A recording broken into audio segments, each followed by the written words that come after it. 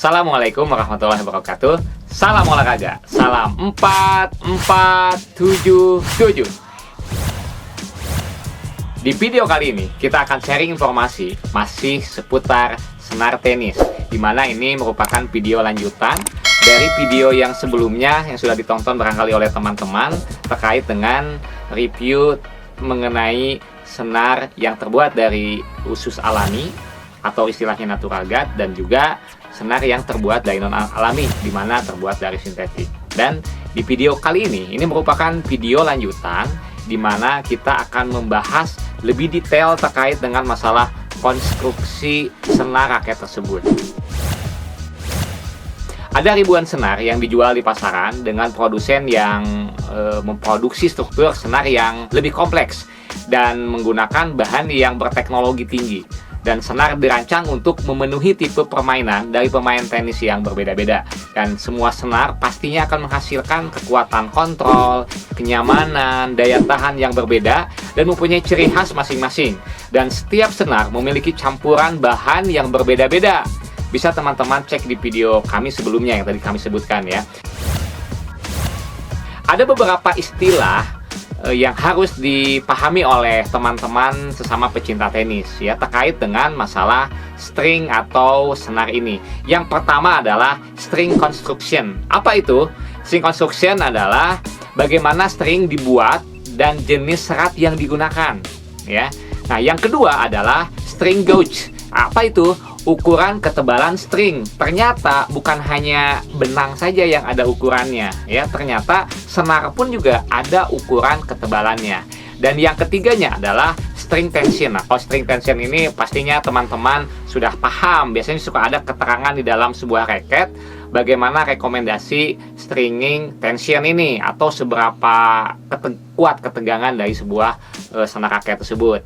Nah, atau istilahnya seberapa kencang senar ditarik saat merangkai raket ya, merangkai senar. Langsung aja barangkali kita akan bahas apa saja konstruksi dari sebuah senar raket.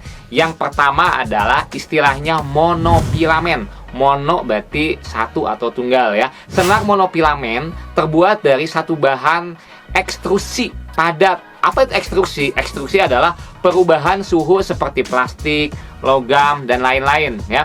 Awalnya bahan utama dari monofilamen ini adalah nilon. Namun akhir-akhir ini dengan berkembangnya teknologi, bahan utamanya terbuat dari polyester atau campuran bahan yang lainnya. Keuntungan dari monofilamen ini adalah tahannya yang kuat atau tidak gampang putus.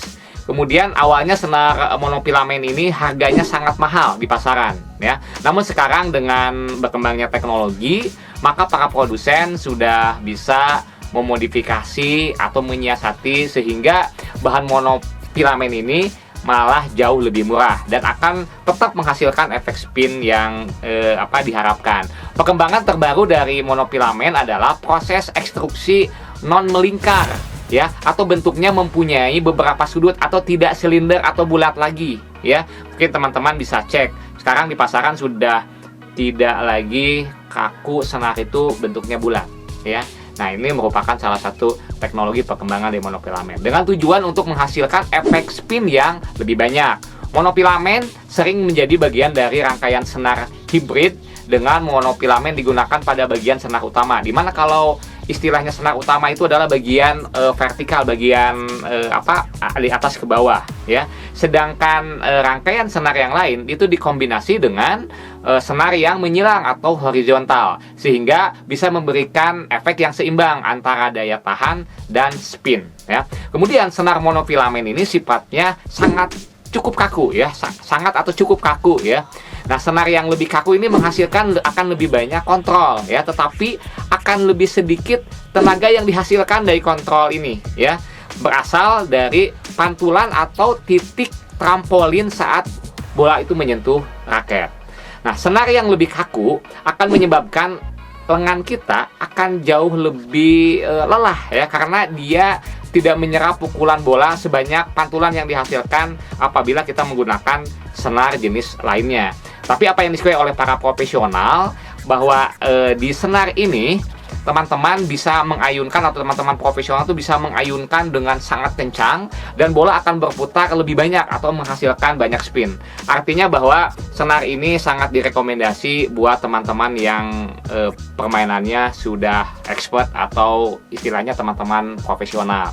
Sehingga dapat kita ringkas beberapa kesimpulan bahwa senar dengan jenis monofilamen ini, yang pertama kontrol yang bagus, kedua daya tahan yang luar biasa, ketiga kekakuan yang luar biasa, yang keempatnya adalah lebih sedikit dayanya, kemudian yang terakhir yang kelima adalah kurang nyaman dan memberikan efek kelelahan dan akan menyebabkan kelelahan pada lengan atau istilahnya tennis elbow.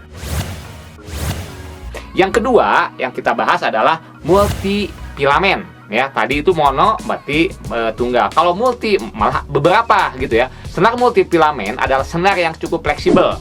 Secara teoritis senar yang fleksibel akan menghasilkan lebih banyak tenaga, namun akan mengurangi kontrol saat menyentuh bola. Ya, kalau tadi kontrolnya sangat bagus kalau monofilamen. Tapi kalau yang ini kontrolnya agak kurang. Dan senar ini memiliki rasa atau feeling terbaik seperti yang biasanya digambarkan oleh para pemain atau pecinta tenis. Hal ini terjadi karena memang multifilamen dapat menyerap pukulan bola dan membuat getaran senar lebih sedikit. Ya, kebanyakan senar ini menciptakan lebih sedikit trauma di tangan, kebalikannya seperti yang tadi ya, bagi pemain-pemain pemula khususnya. Tetapi di sisi lain dapat memberikan kenyamanan lebih pada saat bermain untuk durasi yang lebih lama ya. Karena senar multifilamen ini bukan senar yang kaku ya, maka senar tersebut kurang tahan lama dan dapat lebih cepat rusak daripada string monofilamen. Ini kebalikannya dari yang monofilamen tadi ya. Konstruksinya sangat mirip dengan konstruksi senar natural guard yang sudah dibahas ya di video-video sebelumnya. Sehingga dapat disimpulkan beberapa poin. Yang pertama, bahwa senar multifilamen ini satu, akan memberikan kekuatan yang besar. Kedua, memberikan kenyamanan yang luar biasa. Yang ketiga, rasa yang luar biasa atau feeling yang luar biasa. Keempat, fleksibilitas yang luar biasa. Kemudian, negatifnya daya tahannya kurang dan lebih sedikit kontrol atau kendali. Yang ketiga adalah konstruksi berupa solid core with single wrap. Apa itu? Inti padat dengan bungkus tunggal. Ya, bisa dilihat teman-teman dalam gambarnya. Nah, di mana konstruksi senar tradisional yang banyak digunakan dengan senar usus sintetis adalah inti padat dengan satu lapisan bungkus luar. Ya, teman-teman bisa dicek di fotonya atau gambarnya. Seringkali pemain menggambarkan senar ini memiliki feeling yang tajam atau memiliki rasa yang berbeda saat memainkannya, terutama jika dibandingkan dengan multifilamen atau senar usus alami. Dalam kebanyakan kasus, kualitas senar jenis ini tergantung dari kualitas bahan yang digunakan.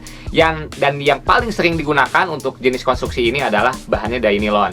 Meskipun tidak biasa, senar padat dengan beberapa bungkus luar memberikan banyak karakteristik yang sama dengan keuntungan tambahan serupa peningkatan daya tahan dan rasa yang lebih lembut.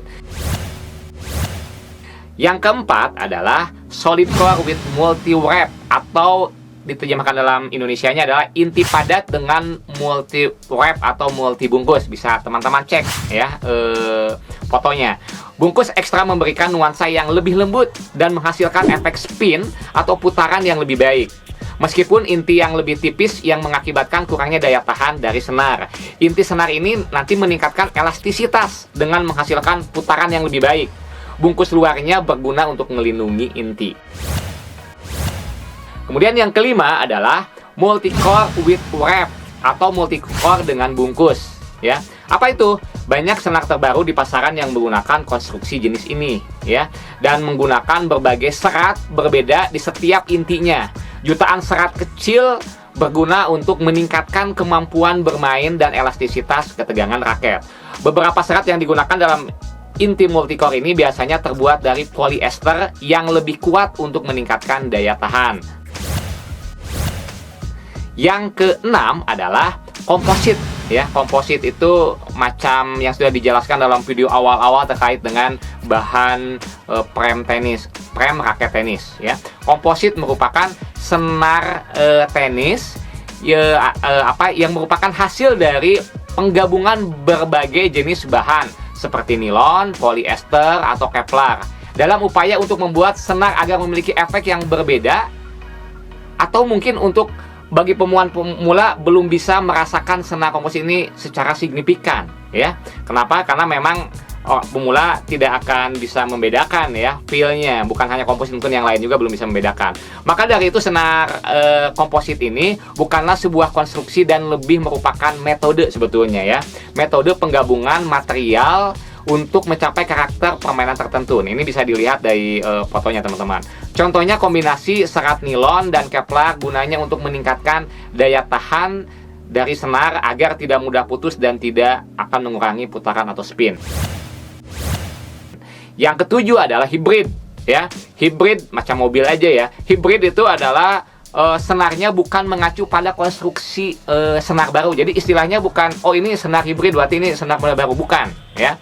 Tetapi senar ini sebenarnya merupakan cara menggabungkan dua jenis senar dalam satu raket ya, supaya menghasilkan karakteristik atau gaya permainan yang diinginkan ya. Biasanya dalam satu set senar, bagian horizontal dan bagian vertikalnya itu berbeda ya. Sebagai contoh, seorang pemain yang sering mengalami putusnya senar biasanya akan menggunakan senar yang memiliki daya tahan yang lama seperti Kevlar di bagian vertikalnya, karena bagian vertikal adalah bagian yang paling banyak kena pukulan bola ya. Kemudian di bagian horizontalnya dia akan mengcombine dengan bahan dengan tekstur yang lain. Misalnya dia akan memakai katakanlah polyester, ataupun dia akan menggunakan natural guard barangkali ya di bagian horizontalnya. Hasilnya adalah kombinasi senar yang akan menghasilkan keseimbangan antara rasa nyaman feeling dan kontrol yang baik, sekaligus menghasilkan senar yang memiliki daya tahan lama. Biasanya para profesional itu sering coba-coba ya,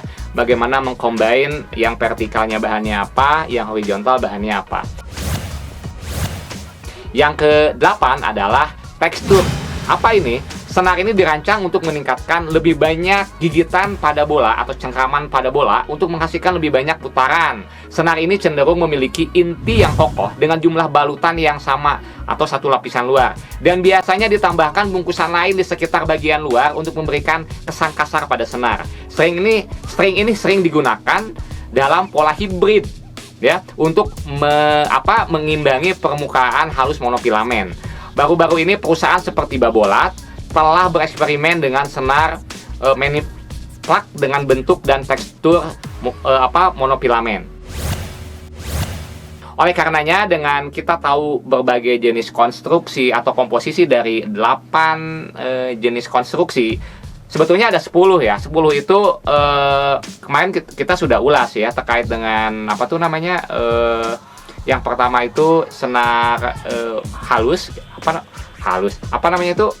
senar yang terbuat dari usus alami dan juga polyester, dan ini merupakan sisanya yang 8-nya lagi ya.